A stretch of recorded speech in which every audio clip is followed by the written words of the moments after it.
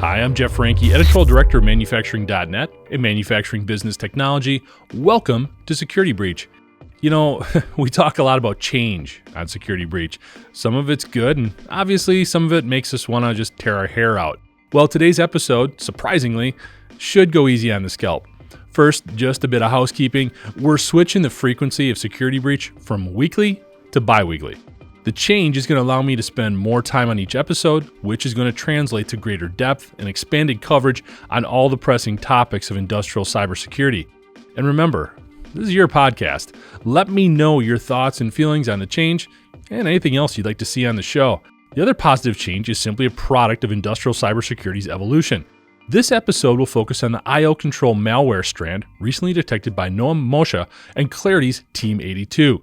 The malware is described as a custom-built IoT/OT strand created by the Iran-based hacktivist group, the Cyber Avengers. The malware targeted OT/IoT devices in Israel and the US. Moshe's team detected malware being used to attack IoT and SCADA/OT devices of various types, including IP cameras, routers, PLCs, HMIs, and firewalls. Typically, this is the part of the story that takes us down a dark and frustrating road, but as you'll hear, that's not necessarily the case this time. So, Noam, thank you so much for joining us today. I understand Claroty and Team 82 has come across a really scary strand of malware here. What can you tell us about IOCONTROL, what it's been up to, what its goals are, and hopefully how we can help defend against it a little bit? Yeah, very, very nice to meet you, Jeff. So we discovered IOCONTROL, which is a generic IoT and OT specific malware, which we can say is more a malware platform because it is not aimed at attacking solely one specific target, but instead it is a generic malware platform, allowing the attackers to modify it and build it and distribute to a wide set of different devices and different targets, which I think this is what makes it so interesting, because it is not a one-off or an opportunistic attacker, but instead we found the actual platform itself, which can be used and was used to attack a wide range of different devices and equipment. So we know it was developed in Iran, correct? Is this an open source? Is this something that's then being shared sort of across the globe for different people to pick up on? So it seems to be in Iranian developed. Like you've said, it is Iranian affiliated. It is not open source. This is a malware toolkit that was developed internally for their own use. However, I can tell you that one of the cool things in our finding at the end of our findings was that the attackers actually responded and said, "Hey, we are selling the malware kit." So that's when you know you did something right, when you actually get like some notice and some kind of a response from the associated attacking group. So maybe it will be open source if someone buys it. But yeah, it is not an out of the shelf. It does use some things that are out of shelf. However, it was a custom built platform. Okay. Is this a state-sponsored dynamic here, or is this an independent hacking group? What have we been able to learn there? So the associated attacking group that took responsibility and that was affiliated with the attack is Cyber Avengers. It is not a fully advanced APT. However, it is somewhat nation-sponsored at some level. We have worked on some malware and attacking campaigns on the past regarding Cyber Avengers, specifically their Unitronics attack that was aimed specifically at Unitronic devices in Israel, United States, and some countries in Europe, used in water facilities and all kind of ICS-related equipment. They are affiliated with Iran, like you've said. And it is one of their attacking campaigns where they target Israeli-made manufacturing devices located in Israel, located in the United States, and their goal is to basically gain foothold and increase their foothold, and of course cause some attacks on critical infrastructure. Yeah, the name Cyber Avengers definitely rang a bell. That Unitronics hit was really prominent and really raised, I think, everybody's level of understanding of what this could be. Do they have specific areas that they're targeting? Is this right now, is it sort of across the board? I know when we look at IT, IoT, ICS, it gets very broad very quickly. But did they have specific targets like critical infrastructure in mind, or is this pretty much wherever you can plug it in? So this attacking group is more focused on the critical infrastructure area.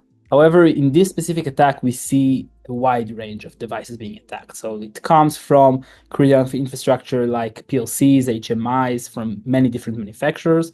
We did see some IT devices like firewalls, routers, even and equipment for users at home that were targeted, and many IoT devices like IP cameras, 4G routers. Basically, this attack complemented and basically chose to attack a wide range of equipment.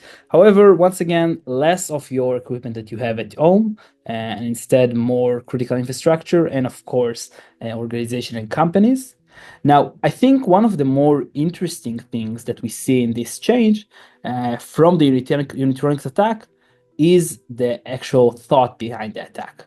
Because many times when we are talking about attackers in the critical infrastructure and ICS world, we are talking more about opportunistic attackers, meaning they somehow gain a foothold, gain the ability to get access and control something.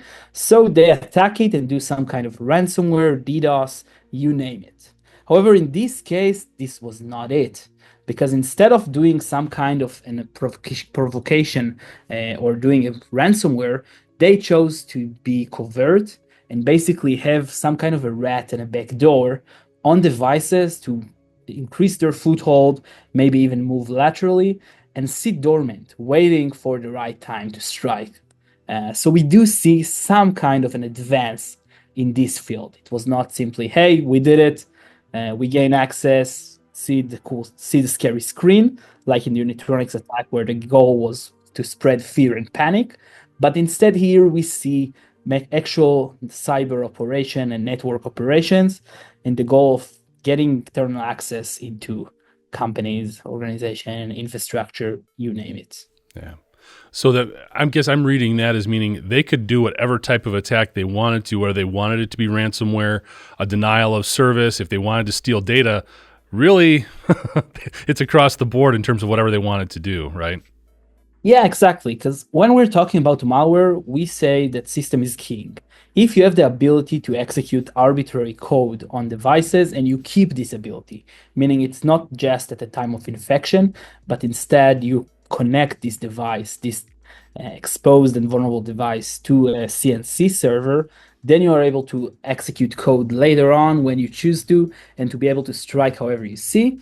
And also, this is one of the major capabilities of the malware that we analyzed. So we got a sample of the malware. Our first question was, is this a malware? Is it some kind of an executable that is weird? However, when we discovered it is in the malware, we moved on to analyze its capabilities. And yeah, one of the main capabilities, other than being a backdoor to make sure the device is still infected even after reboot, is to be able to be controlled through the attacker's CNC server. And then later on, whenever they choose to, they can choose to do a ransomware, maybe even do some kind of port scanning and lateral movement inside the internal network, you name it. However, yeah, this is the main capability of this malware. Well, I think the thing that you brought out there that resonated the most with me is the fact that they were really embracing the elements of a dwelling attack, where they're in there and they're just sitting dormant for so long until they choose almost to make themselves known through some nefarious actor or whatever their intention may be. We're seeing more and more of that within the ICS cybersecurity realm. Is that a new trend? Is that something that we're going to see more of in terms of folks just being happy to get in there and sit for as long as they can? Well, I think opportunistic attackers will always stay, because this is some kind of a monetized area where their incentive is to do ransomware attacks and basically demand ransom. And of course, even the political motivated attackers will still keep doing DDoS, ransomware for the goal of spreading their propaganda, their agenda, and maybe even do like Cyber Avengers did, spread fear and panic. However, yeah, we do see an increasing sophistication level. of attackers. So if in the past, the world of ICS, while being vulnerable and exposed, the attackers didn't have the right knowledge to develop custom tools to be able to understand the attack surface. How can they get their way in, leverage their way into the network? How can they attack PLC, for example? That's not an obvious answer. We do see an increasing level in the sophistication level. And yeah, I do believe that we'll see more and more framework that are not only done by an opportunistic attacker to do a ransomware attack, and instead we will see more dormant attacker, sophisticated attacker, that their goal is not to make sure that everyone knows they've attacked their target, but instead to sit, wait, and wait for the right time to strike. So I think one of the things that always gets me too, whenever we look at these ICS focused attacks and hacks, is it's setting a blueprint sort of for others to follow. Do you see a similar dynamic here? Is this sort of a bit of a game changer in the fact that this is a malware strand that was very broad in terms of what it was targeting and devices and I guess applications as well? Is this another trend that we need to be aware of in terms of a lot of these hackers showing the way to others? So yes and no. I do think that this sets the bar a bit higher. And of course, in the world of security, it is a cat and mouse. We will keep basically implementing new security mechanism to make sure everything is protected, and the attackers will keep trying to breach it, find flaws, and infiltrate into networks. This is not the first time we do see a complicated malware aimed at critical infrastructure. However, it is one of the first time that we do see it from a lower, less nation state, fully sponsored, but more attacking group. I do think that this is a bar that will be raised over the next few years because more and more knowledge is accumulated, and we have more tooling, more write-ups, more blogs, basically more knowledge for everyone in the security community, and of course the sad part is also the hacking community, to be able to target, understand, and exploit these kind of devices. So while we will see once again opportunistic attackers, we will need to be able to protect ourselves from a more sophisticated attack. Do you think this one, looking at cyber avengers specifically, in the past, my understanding is that they kind of positioned themselves more as a hacktivist, more that they had a political motivation. This seems like they're going more for the money. This is more of a business type of move for them. Is this an evolution of that group itself as well that we should be aware of? They are still politically motivated. Okay. This is why they target their targets, and they target devices in specific countries. They target devices made by specific manufacturers. So we do still see some political affiliation with them, and of course the political motivation. So like I've said before, when we talk about attacking groups, we'll try and understand what is the purpose of their attack, and cyber avengers that do fall into the politically motivated attackers. Excellent. So some good news here, Rom. What were some of how did you find out about this, the malware? What were some things that sort of tipped you off? And what's our takeaway here in terms of shoring up our defenses a little bit better? Yeah, I think it will be great to talk about some happy news. Yeah, so we discovered this malware. We got the sample, which is of course accessible on VirusTotal, and then we started digging. And the first initial sample we discovered was on a very, very esoteric and specific embedded device that's written in Big Endian, which is a very esoteric and rare CPU architecture. But after some digging around, after emulating the device, after doing some reverse engineering, we basically dissected the entire malware capabilities. At the end of after that, we basically released a blog filled with all of the IOCs, meaning what kind of scratches does the malware leave behind. Now, we do see many ways in which the malware tries to go overlooked and go under the radar. For example, almost all of its communication is done in an encrypted format, meaning, for example, the most obvious answer is in order to gain access to the IP address of the attacker CNC, they do not use DNS, which is of course a clear text protocol, but instead they do DNS over HTTPS, which is encrypted.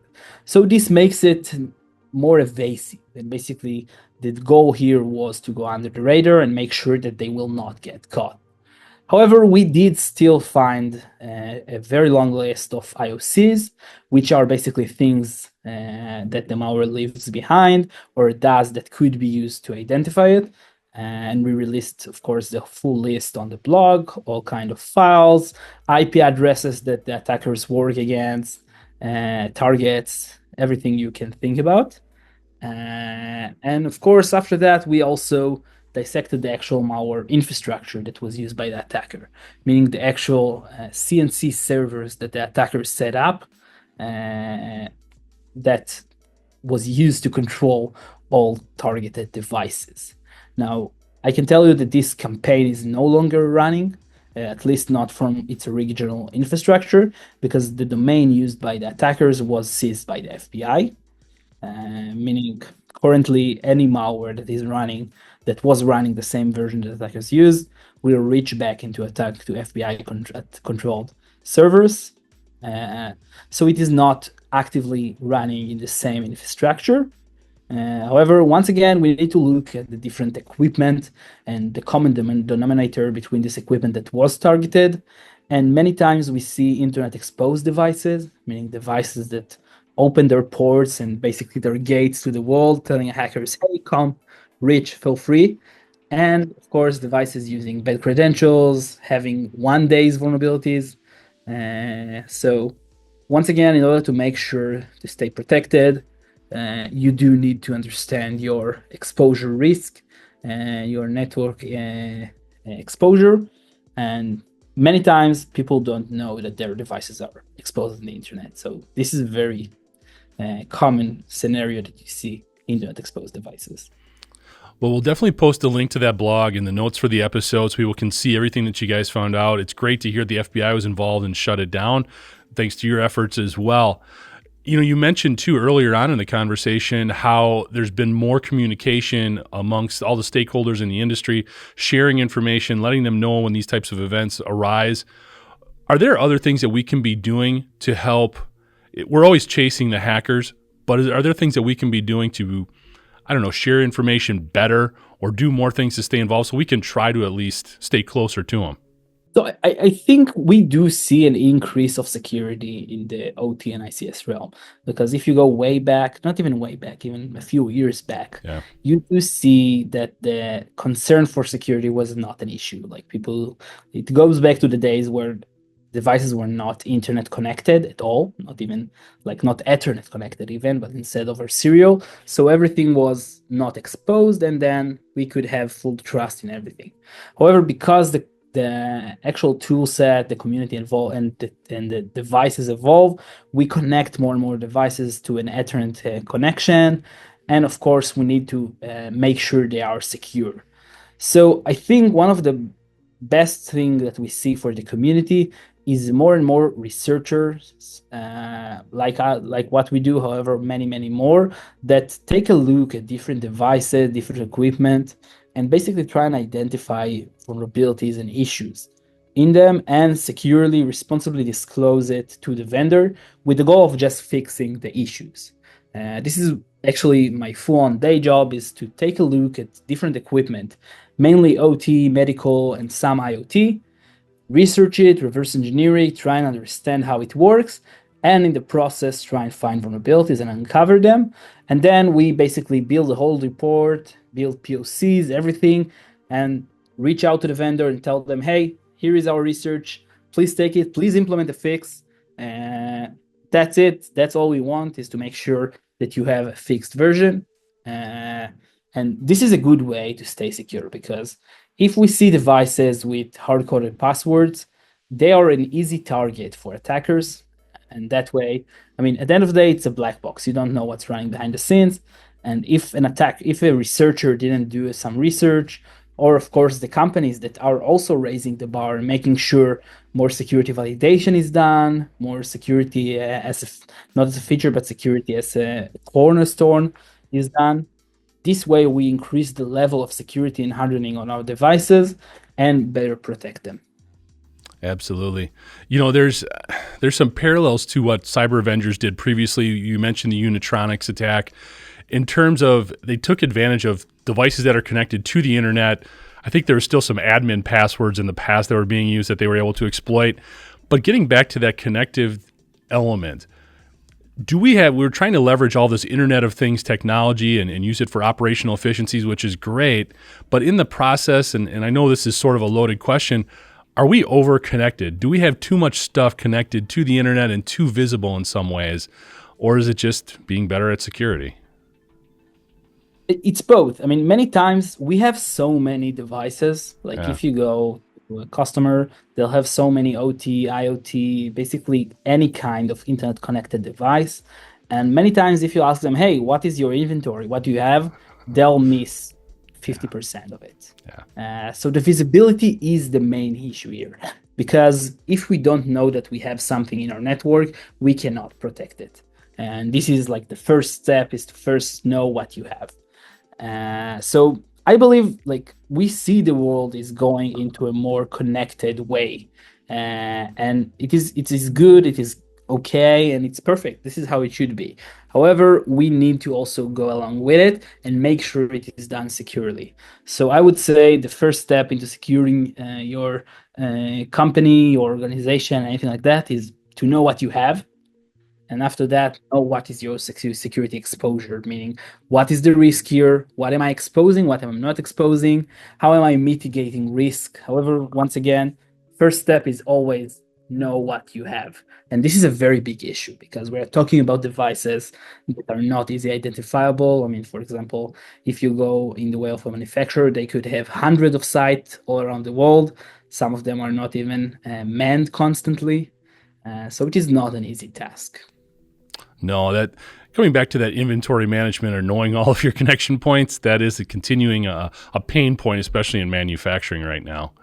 Another thing, sorry, go ahead.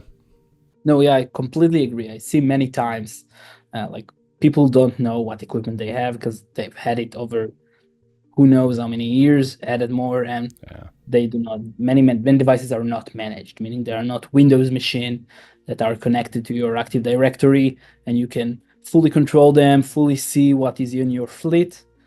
Devices that are not managed, that are more of a black box, are harder to identify, harder to know what's running, what is the version, how do you upgrade, can you upgrade? And of course, because they are a black box, you don't know what they're doing behind the scenes. Yeah. I think another topic that comes up in a lot of instances when we start talking about device management and connection security points is that secure by design dynamic. And you touched on it a little bit previously. Where are we right now? I think in the manufacturing, from the end user perspective, they're thinking more of that responsibility lies with the manufacturer of the component, of the technology that they're implementing. Those individuals, those companies who are, the ICS types are saying this is a shared dynamic. We both need to be talking about this. What's your take, and what kind of progress is being made there in terms of secure by design being realized on a greater level? Yeah, that's a very good question because it is like both groups pull to opposite ways. Because from one point of view, users want it to just work. They don't want to manage everything and to know unique password and to be able to connect to it. They want it to just work, connect, and all work interchangeably. However, the world of secure by design is coming, and we do see more and more manufacturers that do put way more time, effort, money, development time into being secure out of the gate. However, once again, many devices are legacy. They need to be able to work with older devices. It's not like one day a big manufacturer can say, oh, from now on, just buy the new equipment that is secure by design. That's not actually feasible. So it is like it is pointing to each other. However, we do see an increase of devices that are made more securely. We do see devices that are updated along the years to be able to be more secure. And we do see the community as a whole, both vendors and users, going into a way that is more secure. And I can tell, like the big names vendors, that are more versed in the world of vulnerability management, and the way that they are basically implementing fixes to vulnerabilities discovered in their devices. They are always advancing in the world of security. And we do see I can tell that the OT environment is way more secure now than it was 5 years ago even. Yeah. No, it's great. I like how this conversation has started talking about this horrible threat, and we've morphed into a conversation about we're getting there, we're making progress, and there's a lot of positive movement here on the cybersecurity front. It's a great dynamic. And it is, and I think that's the reality. We do see an increase of security-minded people in both the vendors, both the organizations. And at the end of the day, like, everyone wants it to be more secure, and we need to realize that sometimes it goes against easy usability. For example, you might need to set up passwords, PKI, stuff like that, to make sure your devices are secure. However, this is an obvious answer, because otherwise you open a whole bag of worms, and like, you put so much risk on your device. Absolutely. I'd be curious, Noam, in your role, you see a lot of things going on. You talk about reverse engineering equipment, things like that. Are there any big trends that you're seeing that maybe we should be aware of? We've talked about some of the dwelling attacks and other things, how the hackers are evolving. Any other big trends that you're seeing right now? We talk a ton about AI and other things of that nature, but be curious to get your take. So I think, like, the world of OT or ICS came a bit late to the world of security research, and it was not that common in the past. However, I can tell you that I have many friends that are security researchers, vulnerability researchers, that are putting more focus on this world and critical infrastructure, because at the end of the day, we are talking about devices and procedures that have clear physical consequences. So we do see a way to both more protect them and more attack them. And yeah, we do see more and more vendors even that do implement more modern architecture, more modern devices, and more modern security mechanisms. And we do see it increasing. So I think this whole field is basically going and reducing the distance between the whole security research in the IT realm, and I believe this is on the correct path. Thanks, Noam. And for more information on the work he and his colleagues are doing, you can check them out at claroty.com/team82.